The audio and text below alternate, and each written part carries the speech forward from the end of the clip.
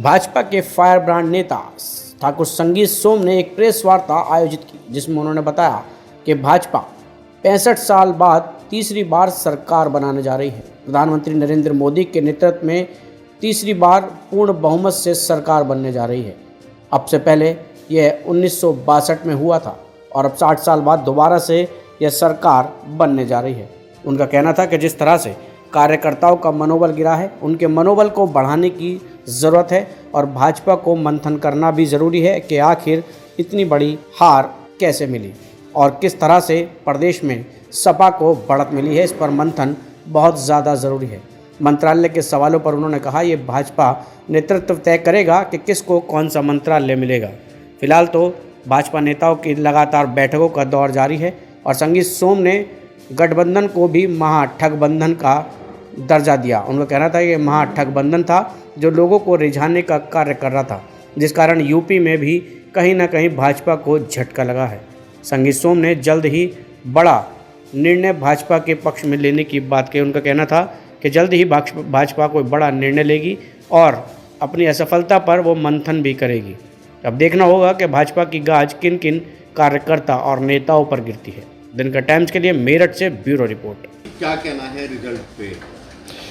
देखिए, देश में 60 साल के बाद फिर तीसरी बार कोई इतने बड़े बहुमत से सरकार बन रही है, ये 60 साल के बाद हो रहा है और ये हमारे देश के यशस्वी प्रधानमंत्री नरेंद्र भाई मोदी जी का अपना जलवा है, उनका विजन है, उनकी कार्यशैली है, उनके काम करने की जो क्षमता थी, जो उन्होंने देश में काम किए, जो बहन बेटियों के लिए, जो देश के लिए, जो समाज के लिए, जो हर फील्ड में काम किए, ये उसी का नतीजा है कि देश में एनडीए की पूर्ण बहुमत की सरकार तीसरी बार बनने जा रही है और इसके लिए देश के वो सभी वोटर्स, सभी लोग बधाई के पात्र हैं जिन्होंने तीसरी बार भारतीय जनता पार्टी और एनडीए को चुना।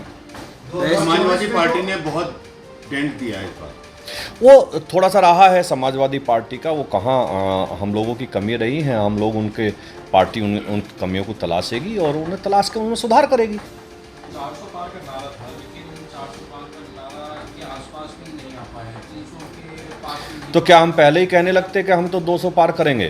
भाई 400 पार करेंगे हम, ठीक है, हम लोगों का 400 पार का नारा था, अपने कार्यकर्ताओं में उत्साहवर्धन करने का एक तरीका था, लेकिन हमें उम्मीद थी हम 400 पार करेंगे, लेकिन वहाँ तक नहीं पहुँच पाए। लेकिन आप निश्चित समझना 29 में 400 पार ही करेंगे। वेस्ट यूपी में संगीत सोम जी का जलवा कायम है, ये देखने को मिला। नहीं, संगीत सोम एक भारतीय जनता पार्टी का कार्यकर्ता है और हम सब लोगों ने मिलकर काम किया है। कहीं जीते हैं, कहीं हारे हैं। जहां हारे हैं उस पर समीक्षा होनी चाहिए, क्यों हारे हैं, क्या कारण रहा है, वहाँ किसकी कमी है, पार्टी की कमी है, कैंडिडेट की कमी है या हम लोगों की कमी है। जिसकी भी कमी है वो देखा जाए। मुजफ्फरनगर के बड़बोले नेता हार गए हैं। आपने किस इलाके के अंदर काम किया पार्टी के? अब मैं बड़बोले तो नहीं कहूँगा, मुजफ्फरनगर में भारतीय जनता पार्टी के कार्यकर्ता थे, लेकिन वो हार हुई है तो उसकी भी समीक्षा होनी चाहिए, क्यों हुई है, पूरी समीक्षा होनी चाहिए। मेरा सवाल ये है कि 2024 में आपने किस क्षेत्र के अंदर पार्टी के लिए काम किया और वहाँ का रिजल्ट क्या रहा? देखिए, मैंने सब क्षेत्रों के लिए काम किया और ख़ासतौर से अगर मुजफ्फरनगर की भी बात करेंगे तो सरधना विधानसभा नहीं हारी है, बाकी विधानसभा हारे। सरधना विधानसभा जो हमने कहा था कि सरधना विधानसभा नहीं हारेगी, इतने सब कुछ होने के बाद भी सरधना विधानसभा हम बराबर रहे हैं। विधानसभा चुनाव में आपकी हार को लेकर कहा गया कि संजीव पाटिल का, और अब उनकी हार पर कहा जा रहा है कि संगीत सोम ने पूरी ताकत लगा दी उनको हराने की। अब देखिए, कहने वाले क्या कहते हैं उससे मुझे नहीं पता, लेकिन मुझे इतना पता है कि मैं भारतीय जनता पार्टी का कार्यकर्ता हूं और मैं, चूंकि सरधना विधानसभा उसी में है और सरधना विधानसभा पे मैंने कहा था यहाँ हारने नहीं दूंगा, तो ऑलमोस्ट वहाँ हम हारे नहीं है, करीब करीब हम बराबर रहे हैं। भले ही हम बाकी 2-3 हम बुढ़ाना में हार गए, बुढ़ाना में हम बड़ी वोटों से हार गए, हम चरथावल में बड़ी वोटों से हार गए, लेकिन सरधना में नहीं हारे। सरधना मेरी विधानसभा है तो मैंने वो नहीं हारने तो यही इसी खेल को तो जो संगीत सोम में बढ़िया करते हैं, अपने हाथ से नहीं हराया लेकिन आसपास क्या हरा दिया। अगर मैं ही इतना बड़ा नेता हूं तो फिर बाकी क्या कर रहे हैं? अगर मैं ही हर जगह खेल कर सकता हूँ।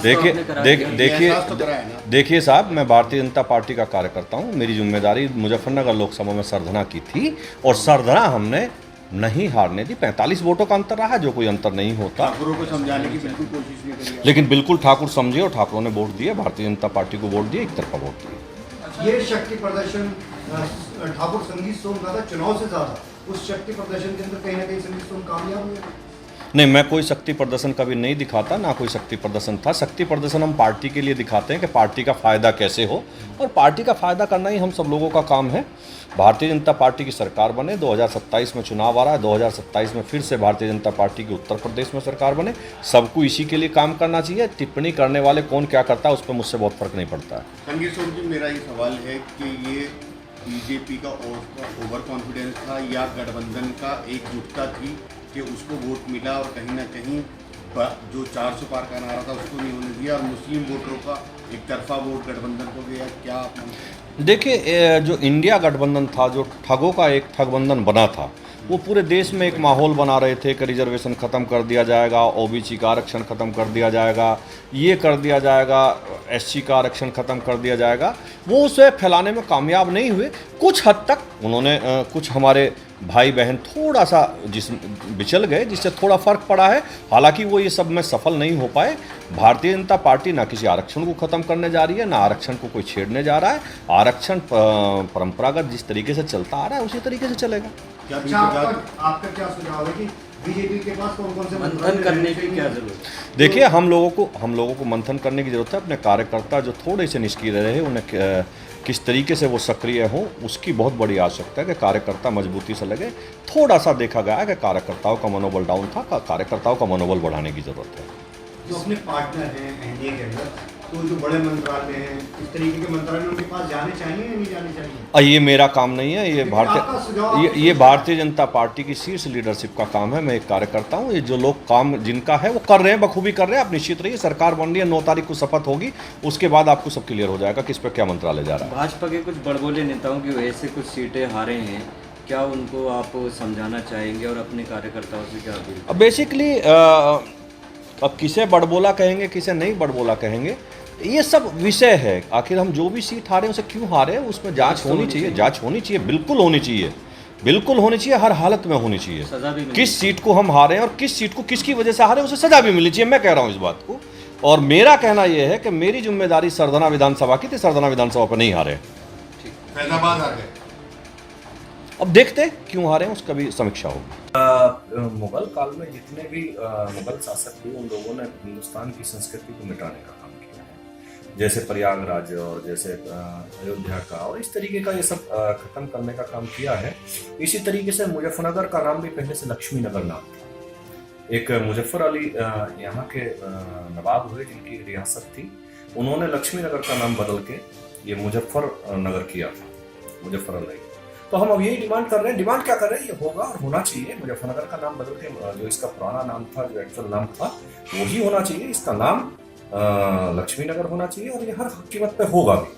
आप निश्चित समझ लीजिए ये होगा, क्योंकि विरोधी इसमें सियासत कर रहे हैं, लेकिन हमारा काम है हिंदुस्तान की जो संस्कृति मुगलों ने खत्म की, उस संस्कृति को वापस लाना, और जो कलंकित इतिहास इन लोगों ने किया है उस इतिहास को ठीक करना। सर, हाल में ही फैजाबाद का नाम भी बदल कर अयोध्या किया गया है। मुजफ्फरनगर नाम बदलने की मांग भी आप कर रहे हैं, तो सर क्या कुछ फायदा होगा ना, क्या लगता है? देखिए, हम हिंदुस्तान की पहचान उसकी संस्कृति से है, और मुगलों ने इस संस्कृति को पूरी को मिटाने का काम किया, खत्म करने का काम किया है। वो संस्कृति वापस आए, हमारी ये प्रायोरिटी है, और वो संस्कृति वापस हम लाने का काम कर रहे हैं। सर, कुछ आपने कहा था कि मुजफ्फरनगर नाम की वजह से ही सारे फसाद। बिल्कुल बिल्कुल, ये नाम ऐसा है, ये नाम ही अपने आप में इतना कलंकित हो गया है कि इससे सारा फसाद मुजफ्फरनगर में दंगे, और लोग बहुत समय से इसकी डिमांड करते आ रहे हैं कि ये नाम बदला जाए, इसका जो पुराना नाम लक्ष्मी नगर है वो किया जाए।